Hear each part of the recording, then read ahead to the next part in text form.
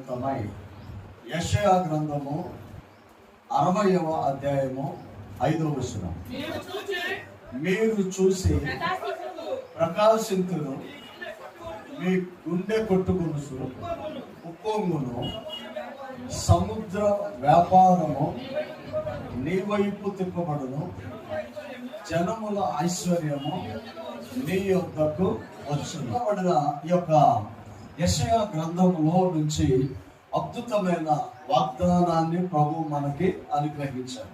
వాగ్దానం ఏమంటాడు అంటే, జనముల ఐశ్వర్యము మీకు మీ యొద్దకు వచ్చును, జనముల ఐశ్వర్యము మీ యొద్దకు వచ్చును. దేవుని బిడ్డలారా, రానే వచ్చాం కొత్త సంవత్సరంలోకి. నూతన సంవత్సరంలోకి వచ్చిన మనము నూతన తీర్మానం కలిగి ఉండాలి. ఏం కలిగి ఉండాలి? నూతన తీర్మానం కలిగి ఉండాలి. ఇప్పుడు ప్రభు నుంచి మనం ఆశిస్తున్నాం. ప్రభు నమ్మదగిన దేవుడు అన్నాం.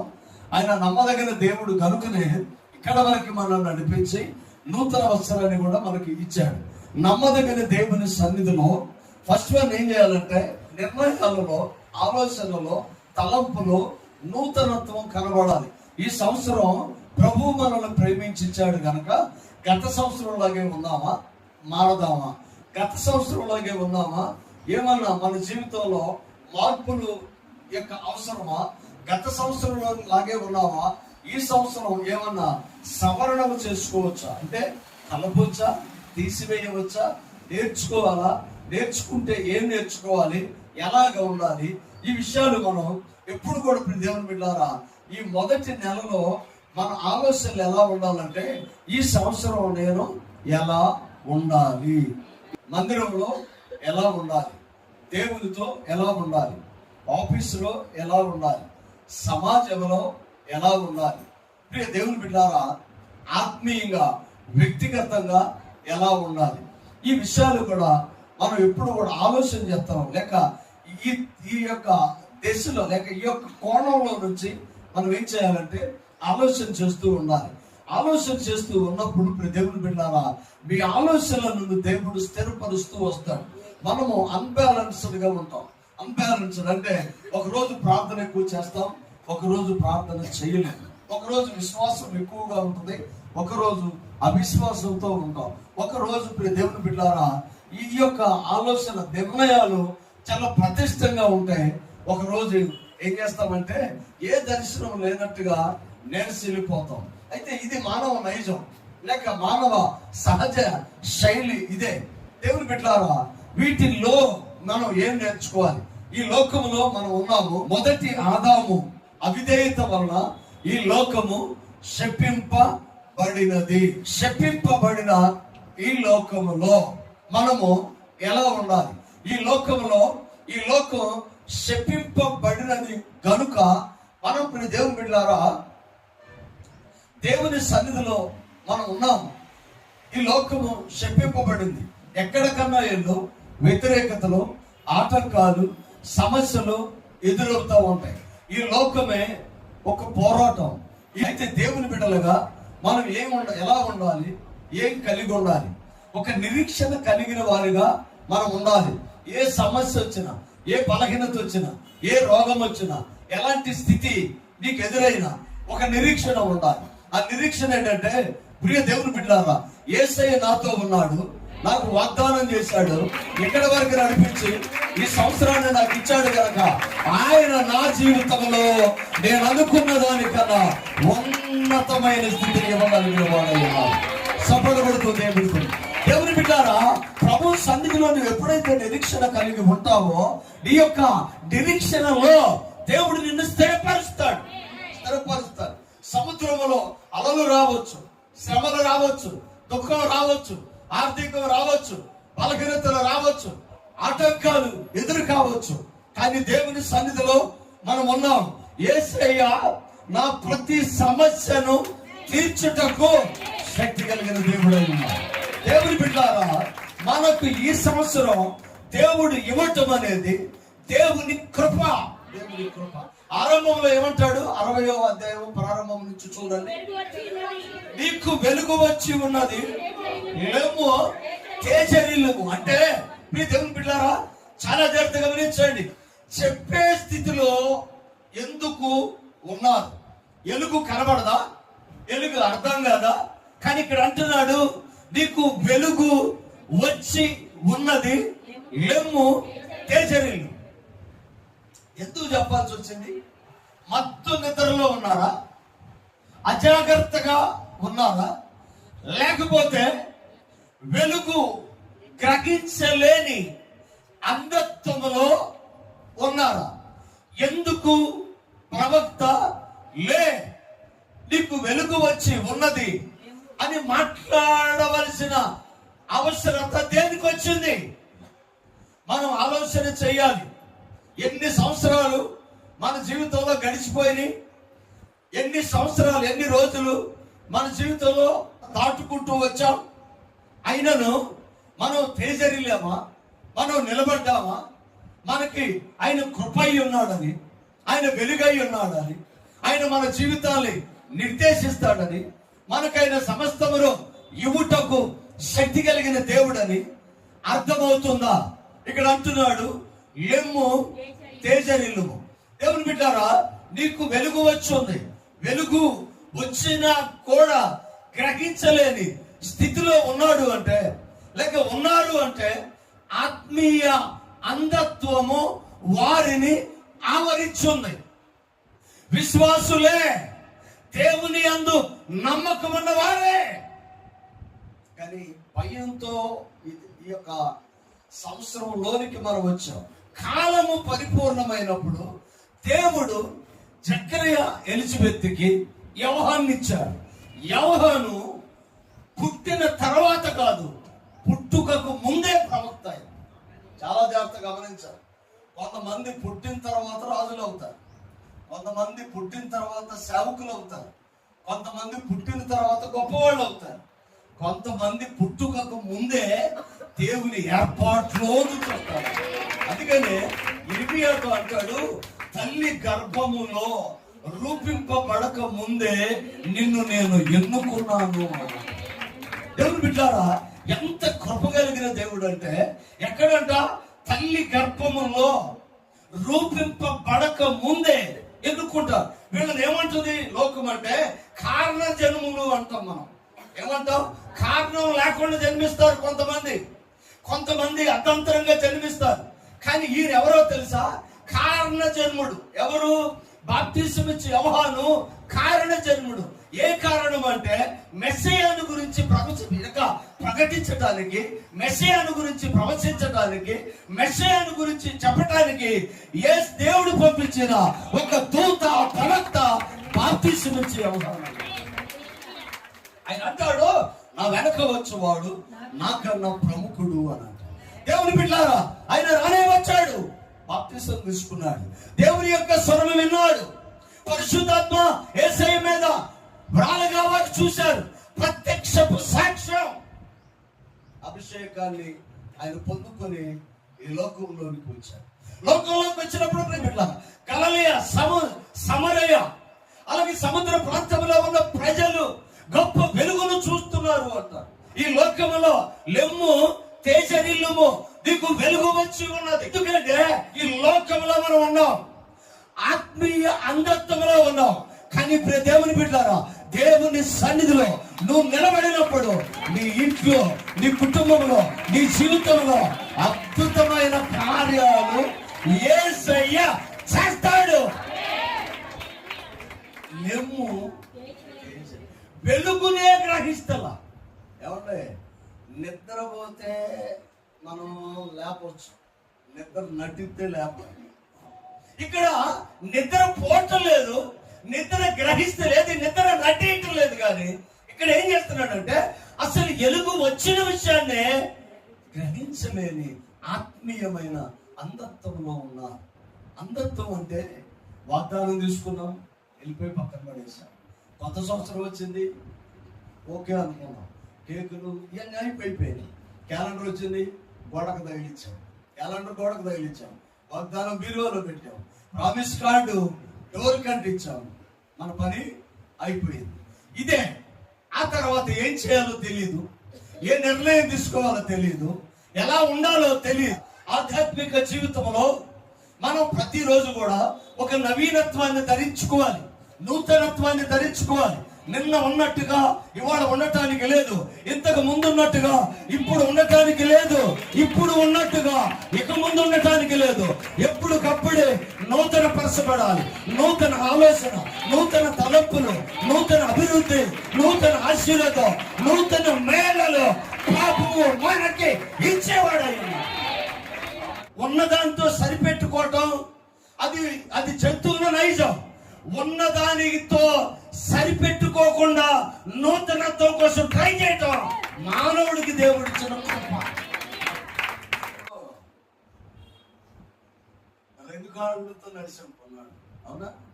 ఎక్కడికైనా నడిచా, ఏదైనా షాప్కైనా నడిచే, సినిమాకైనా నడిచే, అన్ని నడిచి నడిచి నడిచి నడిచి ఆ తర్వాత ఏమొచ్చినాయి? సైకిల్ వచ్చినాయి. లేదు, దేవుడు నాకు కాళ్ళు ఇచ్చాడు, నేను నడుచుకుంటేనే వెళ్తా అని అనుకోవాలా. ఆలోచన మారింది. ఆలోచన మారి మనిషి స్పీడ్ అంటే నడక కన్నా వేగంగా వెళ్ళాలి. అది ఆలోచన చేసి సైకిల్ కనిపెట్టాడు. దానికన్నా వేగంగా వెళ్ళచ్చు బైక్ కనిపెట్టాడు, కారు కనిపెట్టాడు, ఇంకా లగ్జరీ ఏవేవో కనిపెడుతూ వచ్చారు. ఇంకా ఇప్పుడు ఎలాంటి స్థితిలో ఉన్నామంటే ఎలన్ మస్క్ అంటాడు, దేవుని బిడ్డలారా, దాదాపుగా ఆస్ట్రేలియా ప్రయాణం 24 hours waiting journey, local something ఏ జర్నీ అన్నా కానీ ఈ రోజు ఈ టయానికి బయలుదేరితే రేపు ఇదే సమయానికి ఆస్ట్రేలియాలో దిగుతాం. ఇది ఇప్పుడున్న స్పీడ్.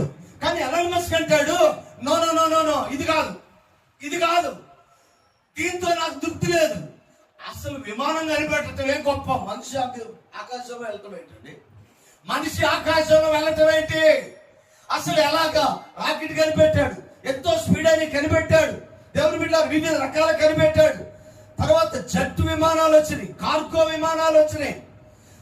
దేవుని బిడ్డారా, ట్రైన్ కూడా విమానంలో తీసుకెళ్లేంత పెద్ద పెద్ద విమానాలు వచ్చినాయి.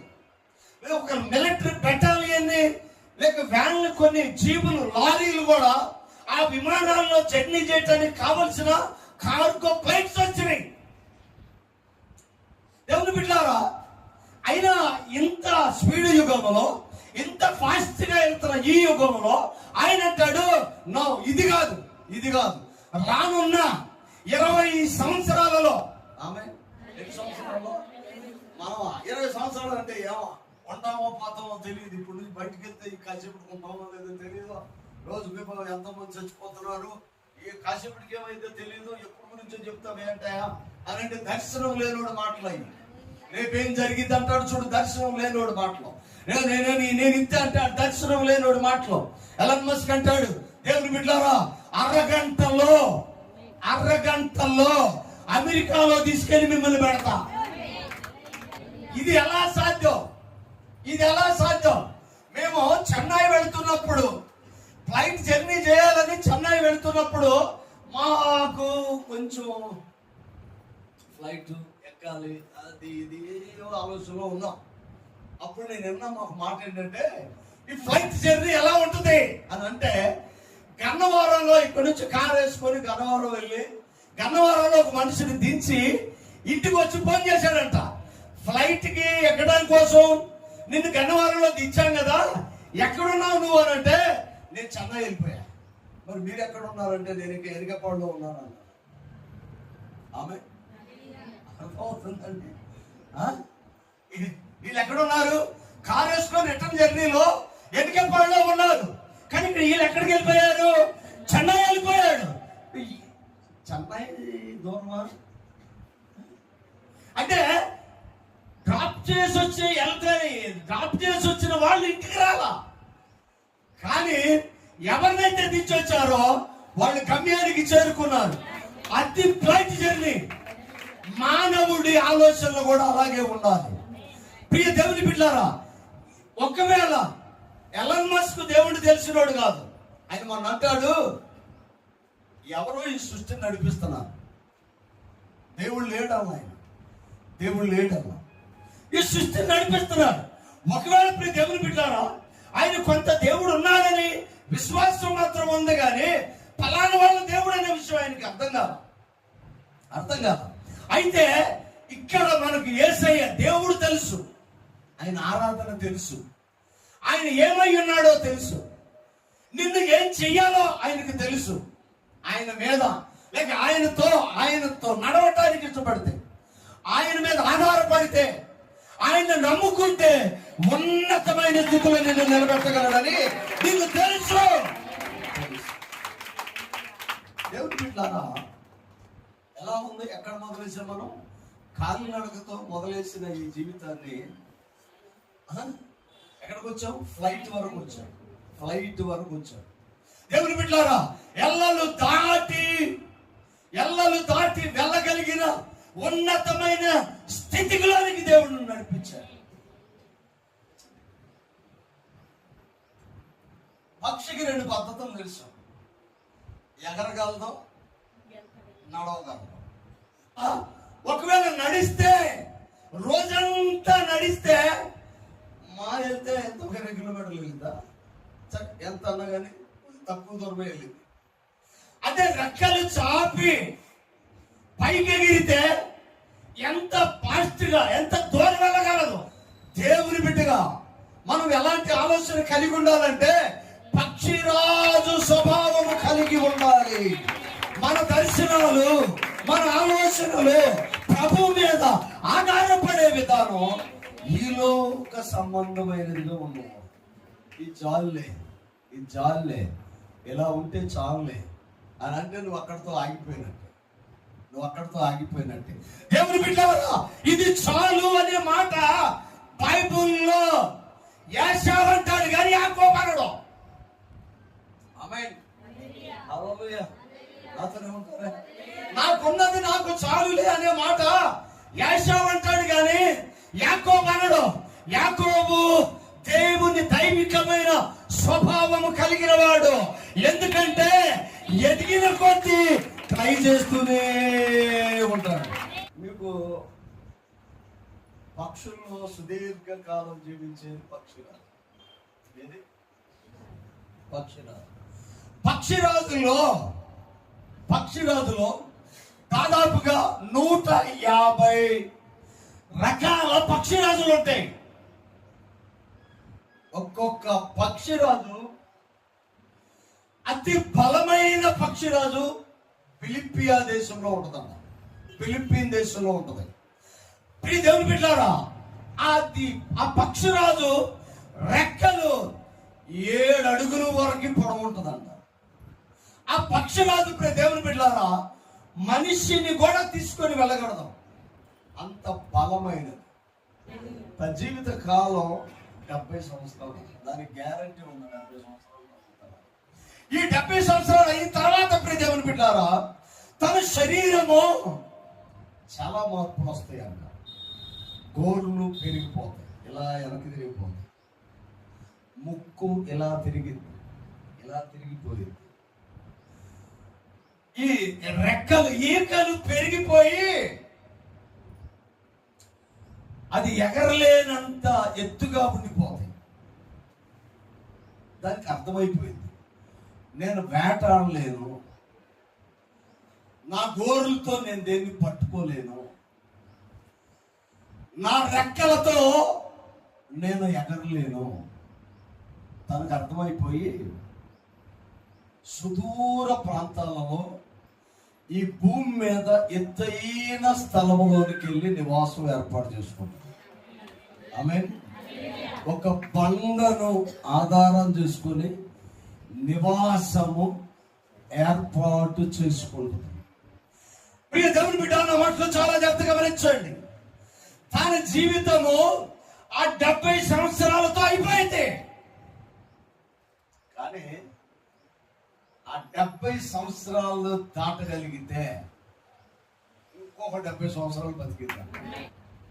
ఇక్కడ మరలా 70 సంవత్సరాలు ఆయుష్ తను స్వాధీనపరచుకోవాలి అంటే తను చేయాల్సినవి కొన్ని ఉన్నాయి.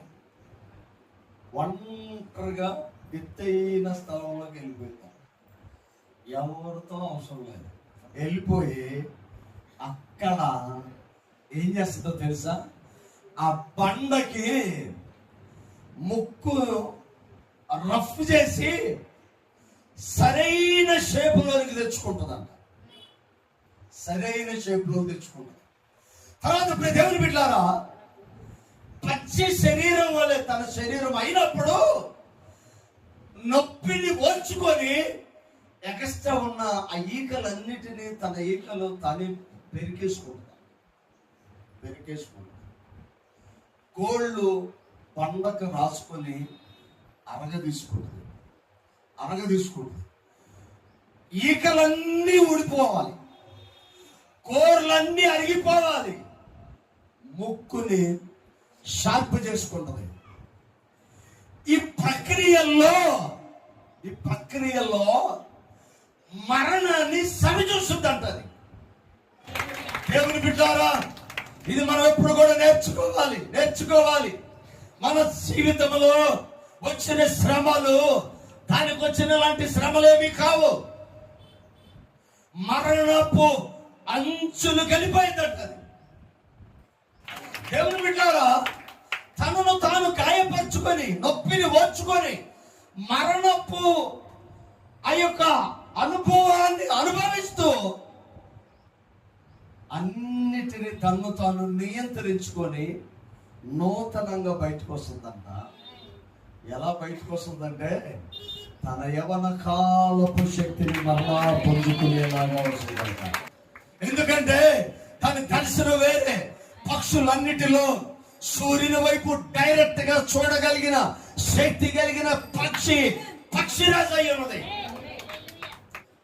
మీకు ఇంకొక మాట చెప్పాలి దేవుని బిడ్డారా, పక్షి అన్నిటినీ చేస్తుంది, కానీ పక్షిని కొన్నిసార్లు కాకులు పొడుతాయి.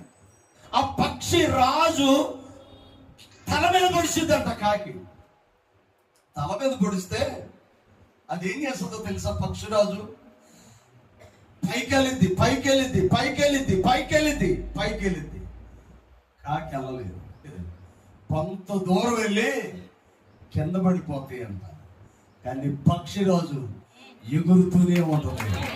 దేవుని బిడ్డ, నీ జీవితంలో నిన్ను అవమానపరిచేవాడు, నిన్ను గాయపరిచేవాడు, నిన్ను నిందల పాలు చేసేవాడు కాకిలాగా నీ జీవితంలో ఎన్నో ప్రియ దేవుని అవమానాలకు గురి చేస్తున్న అనేకమైన సమస్యలు ఉండొచ్చు, కానీ యేసయ్యతో నీవు ఉంటే నీ జీవితాన్ని ఆశీర్వాదకరంగా ఉండాలి.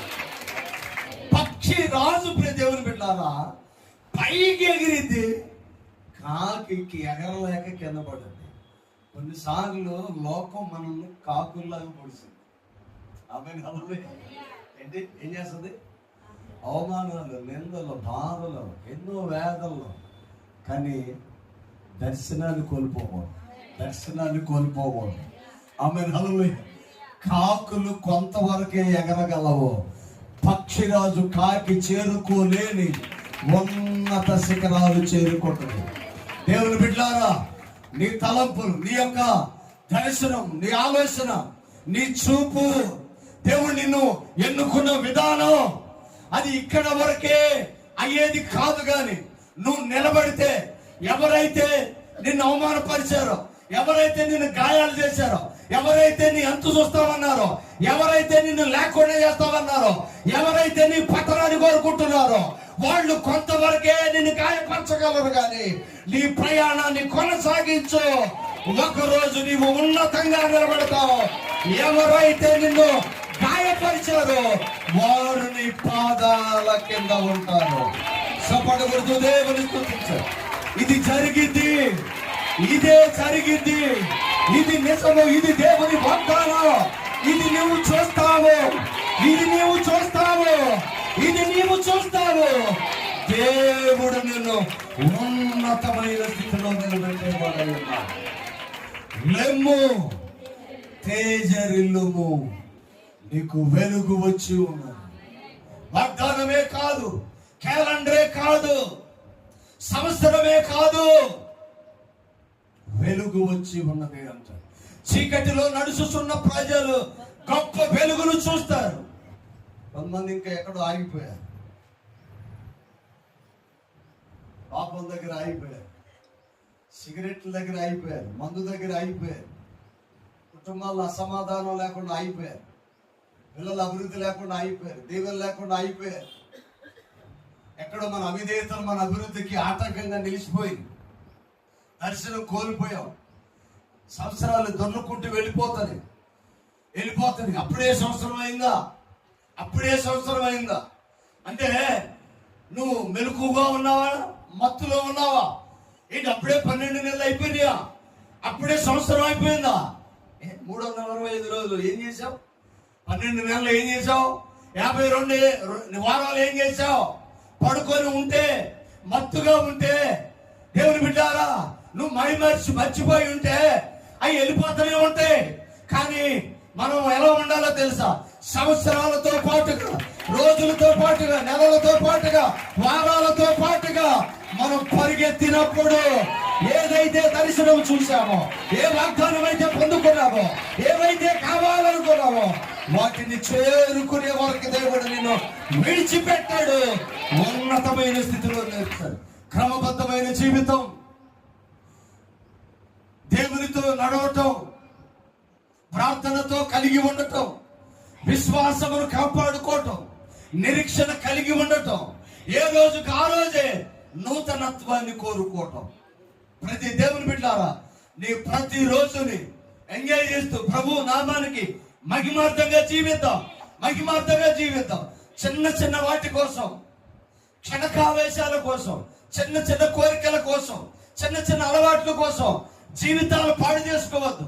ఆలోచనలు పాడు చేసుకోవద్దు. నెమ్మదిని కోల్పోవద్దు. సమాధానం కోల్పోవద్దు. దేవుని బిడ్డ ఒక చిన్న సమస్యని ఇంట్లోకి వస్తే కొన్ని నెలల పాటు నీ దర్శనం వెనక్కి వెళ్ళిపోయి, చిన్న బలహీనత నీలోనికి వస్తే నీ దర్శనం వెనక్కి వెళ్ళిపోయింది. దాని గురించి ఆలోచన చేస్తావు. ఎవడన్నా నిన్నేదని అంటే నీ దర్శనం వెనక్కి వెళ్ళిపోయింది. ఆయన ఏం చేయాలా, ఎలా తిట్టాలా, అసలు నన్ను ఇలా అంటాడా, నీ దర్శనం అంతా వెనక్కి వెళ్ళిపోయి వాడి మీద దృష్టి పెడతావు. అపవాదికి తెలుసు నీ దృష్టి ఎలా బలంచాలో, అపవాదికి తెలుసు నిన్ను ఎలా డైవర్ట్ చేయాలో, అపవాదికి తెలుసు నీ దర్శనం వైపు చూడకుండా నిన్ను ఎలాగా డిస్టర్బ్ చేయాలో. నీ ప్రతి సమస్యలో ఈ సంవత్సరం నువ్వు తెలుసుకోవాల్సింది తెలుసా? ఏదైనా ఆటంకం వస్తే అపవాది నేను మోసపోను. ఆమేన్, హల్లెలూయ. నా దర్శనం, నా వాగ్దానం నన్నేది ఆపలేదు. అప్పుడు నా దర్శనం వైపు వెళ్లకుండా ఆపలేదు. ఇప్పుడున్న సమస్యలు నా దర్శనం వైపు వెళ్లకుండా ఆపలేవు. ఇప్పుడున్న ఆటంకాలు నా దర్శనం వైపు వెళ్లకుండా ఆపలేవు. విశ్వాసంతో నిలబడి ఉన్నాయి. దర్శనం కలిగి ఉన్నారు. ఏం దర్శనం కలిగి ఉన్నారు? ఆమేన్, హల్లెలూయ. ఈ సంవత్సరం ఇల్లు కొనాలి. ఆమేన్, హల్లెలూయ. ఈ సంవత్సరం పెళ్లి చేయాలి. ఈ సంవత్సరం ఉద్యోగం కట్టాలి. ఈ సంవత్సరం వ్యాపారం అభివృద్ధి అవ్వాలి. ఈ సంవత్సరం నూతనంగా ఆలోచన చేయాలి. ఈ సంవత్సరం నూతన ఆత్మలు రప్పించాలి. ఈ సంవత్సరం సంఘం రెట్టింపులు అవ్వాలి. ఈ సంవత్సరం అనేక మంది నూతన ఆత్మలు సంపాదించాలి. ఈ సంవత్సరంలో మునుపు చూడని అభివృద్ధి చూడాలి.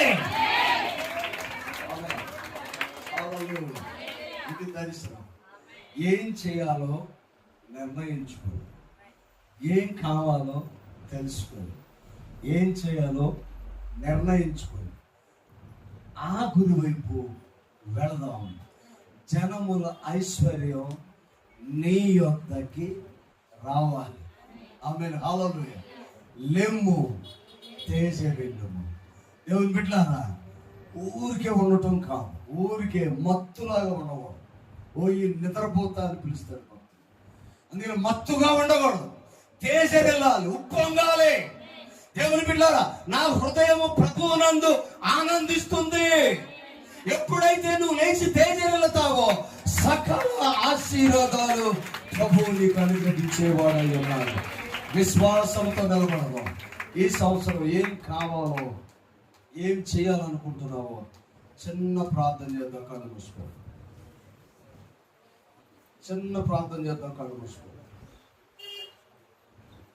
ప్రభువా నీ స్తోత్రం. ఈ సంవత్సరం ఆర్థికంగా అభివృద్ధి అవ్వాలి.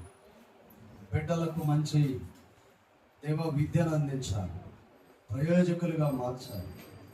ఇల్లు కొనాలి. ఎవరెవరు ఏ దర్శనం ఆత్మలు సంపాదించాలి. సంఘంలో నమ్మకంగా పనిచేయాలి. నశించిపోసిన ఆత్మలను నీ సన్నిధికి రప్పించే సాధనాలుగా మేము ఉండాలి.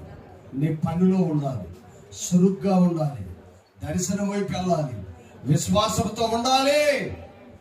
యేసు పరిశుద్ధ నామం అడిగి వేడుకొనుచున్నాము తండ్రి.